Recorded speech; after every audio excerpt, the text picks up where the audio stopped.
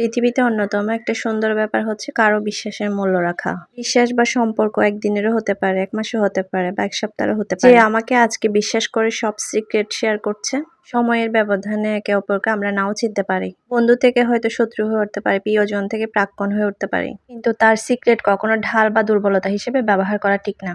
আসসালামু আলাইকুম, hello everyone, welcome করছি আরেকটি নতুন ব্লগে। কেমন আছেন সবাই? আমি সকাল, সকাল মেয়েকে স্কুলে দিয়ে আমি কিছু সবজি তারপর দই নিয়ে আসলাম কারণ গরম পড়তেছে। তারপরে দেখতেছি লইট্টা মাছ উঠছে তাজা একদম বাজারে। গিয়েছিলাম মুরগি আনার জন্য। তো লইট্টা মাছটা ফ্রেশ দেখছি একদম মোটা। তো নিয়ে আসলাম। কারণ আমার থেকে একটু লইট্টা মাছ মোটা আর তাজা দেখলে ওটা খেতে ইচ্ছা করে। আর মুরগি নিয়ে আসলাম আর কিছু সবজি মানে ডিম যা লাগবে আরকি নিয়ে আসলাম। তো আমি সবকিছু কেটে রেখেছি। লইট্টা মাছটা সুন্দর করে কেটে ধুয়ে রাখলাম রান্না করার জন্য। তো মুরগিও কেটে ধুয়ে রাখছি।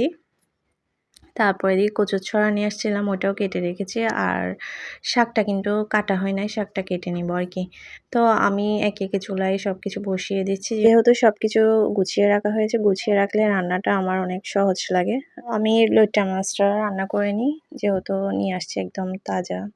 আর মাছ তাড়াতাড়ি রান্না করলে ভালো, যেহেতু ধুয়ে রাখা হয়েছে।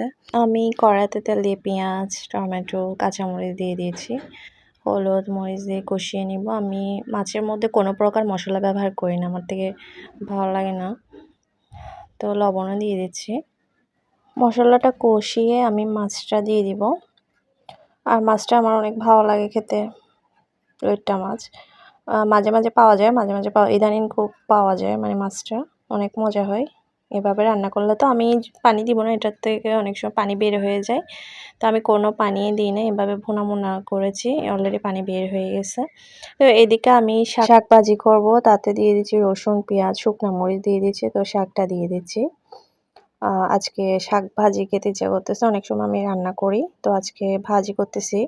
ভাজি শাকটাও মজা হয় মাঝে, মাঝে।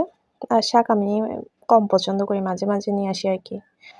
তো এদিকে আরেকটা সামুদ্রিক মাছ, পোয়া মাছ আছে, ওইটাও ফ্রাই করে নিচ্ছি। যেহেতু বাচ্চারা লইট্টা মাছ খাবে না, তো বাচ্চাদের জন্য বা যারা বড়রাও খেতে পারবে, তো এভাবে করে আমি মেখে নিয়েছি, হলুদ মরিচ মাখিয়ে নিয়েছি মাছে। তো আমি মাছগুলো ফ্রাই করে নিচ্ছি।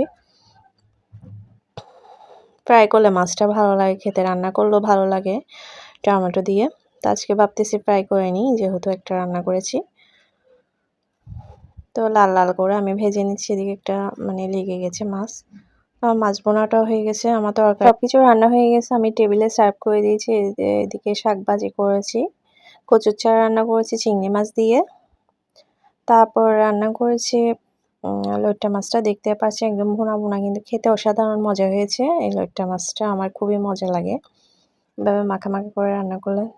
তো আমরা সবাই খাওয়া-দাওয়া করে নিলাম। খাওয়া দাওয়ার পরে একটু রেস্ট নিলাম। রেস্ট করার পরে সন্ধ্যায় চিকেন ফ্রাই করেছি। সন্ধ্যার নাস্তায় ছিল চা আর চিকেন ফ্রাই।